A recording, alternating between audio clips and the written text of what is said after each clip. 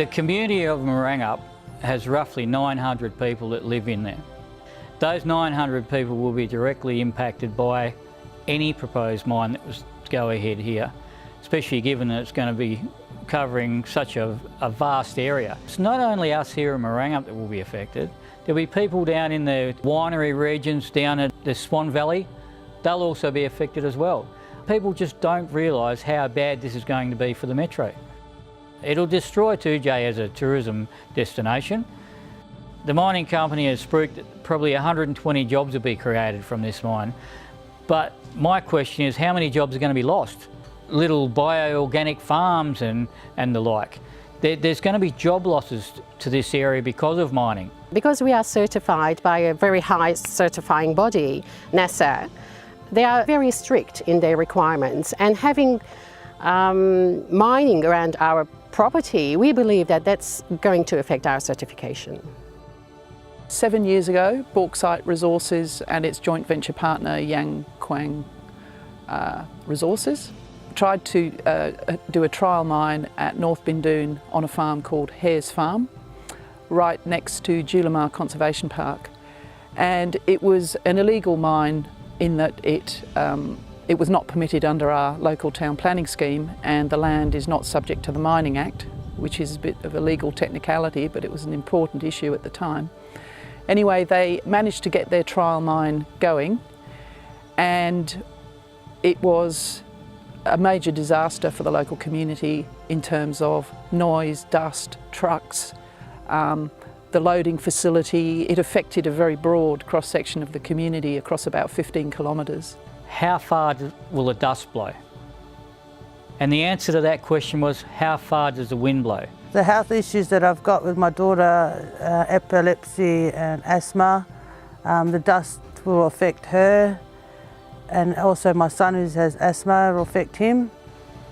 The only way to stop dust moving on a mine site is through pouring enormous amounts of water on it to help suppress the dust.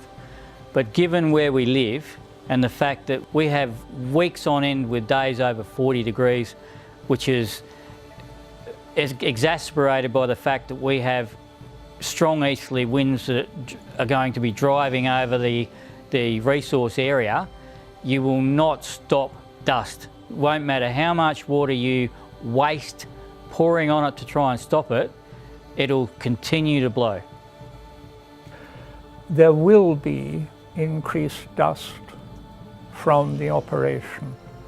This will mean that a certain amount of material will wash into your water tanks. What is more significant, I think, is the overall impact on your water resources of the whole area, which are not main water supply, but rely entirely on, or very largely, on local supplies. Any form of pollution, and I use that in the broad sense, be it sediments, be it chemicals, be it just simple increase in salinity, will have an effect on your area. We dependent on our bores on this property and rainwater for our personal use. So we are very concerned because we get very heavily easterly wind, and that easterly wind is just behind the hill here, which will bring all the dust straight to our property and to our roofs where we're going to collect our personal use of water. So the dust is the big issue. I don't think the dust will be very friendly with our produce. The water is another thing. I mean, if they say they're going to suppress dust with the water, where are they going to get this water from? Because we don't have aquifers under our properties, and we're dependent on our bores. And if they're going to use the majority of the water, what are we left to use? We can't drink the dust of our roofs. And I have personally brought this issue to our shire. If we were going to get skim water, they said, no, we're not getting skim water. If we're not getting skim water and we don't have clean water to drink and to plant and to irrigate, how are we going to live and sustain this property? Our bore water is of top quality. Yep. And we do drink as well as wash and everything else with it. So the water that we gather is either from rain, from the bore, And you can have a look around the house. You can see all the piping that goes to the tanks. The water's going to pick up the dust and take it into our tanks, and we don't believe it's going to be very good at all for our health. Birds are probably not going to be here. There's going to be a lot of pollution, and it'll probably destroy my water and our water tanks. They have said that they will catch the water from the roofs of their buildings. I'm asking, how big are these buildings going to be, seeing as they've also told us that they're going to have a big conveyor belt system which will go under or over 2J Road and right through to the railhead. How many buildings are they going to have to be able to catch that amount of water to supply their needs? I doubt very much that they would have very many outbuildings at all. This tree belt between the top of the Darling Scarp and the wheat belt is extremely significant. It holds the weather together. It does produce consistent replenishment of the water in the ground. There is another feature which is commonly overlooked, that long belt, north and south, along the Darling Scarp, is actually the recreational asset for the whole of the Perth area. It will become increasingly significant and of economic benefit to the people who live there. They've got a crusher. We're probably going to hear a lot of noise from that, and if there's a lot of trucks beeping, we'll be hearing a lot of everyday sort of noise. It's going to impact a lot on us. Traffic up and down the driveway, and if they're using trucks across the road, if I'm going to be safe leaving my driveway with the kids in the car, and my son's drive as well. There's no doubt in my mind that Jarrah dieback and Mary canker will be spread by this operation. The changing global climate will also have an effect on the tree belt between the Darling Scarp and the wheat belt. We would not notice it ourselves, but that system will become more fragile, and any single thing we do that puts pressure on it will make it much more subject to degradation. The continued degradation of the water catchment of the Swan River is important. This proposal will add to that. As it is, the river is saline, erratic, but it is still a river running through beautiful country. We will see the salinity rise fairly shortly. That means that there will be a lot of change within the system itself. And in fact, when we get down to Perth, it will reduce the fish in the river.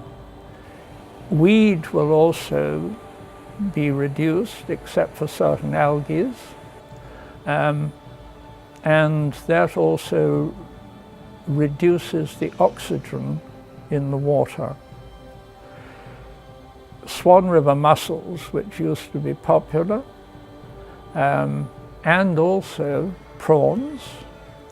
How many went prawning when they were young in the river? These will be under increasing pressure. They're in a hell of a mess as it is, but it can only get worse. And this project or proposal will contribute to it. If mining takes place in this farming country, there is no way whatsoever that farming topsoil can be preserved. However skillful the mining company is, the topsoils and that top metre or so which covers the bauxite load will be mixed up and will be less suitable for agriculture. You may be able to grow trees on it, but it is not anymore the quality of soil for agriculture. Furthermore, in the process, your water supply, agricultural water supply, will be damaged irreparably. In shallow areas, there could be waterlogging because the water will actually sit on impermeable clay.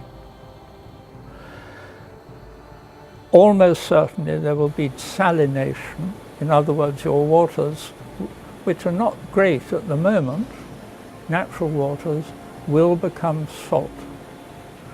There will also be further pollution as the water percolates through the subsoil. It will no longer be clear, but it will be coloured.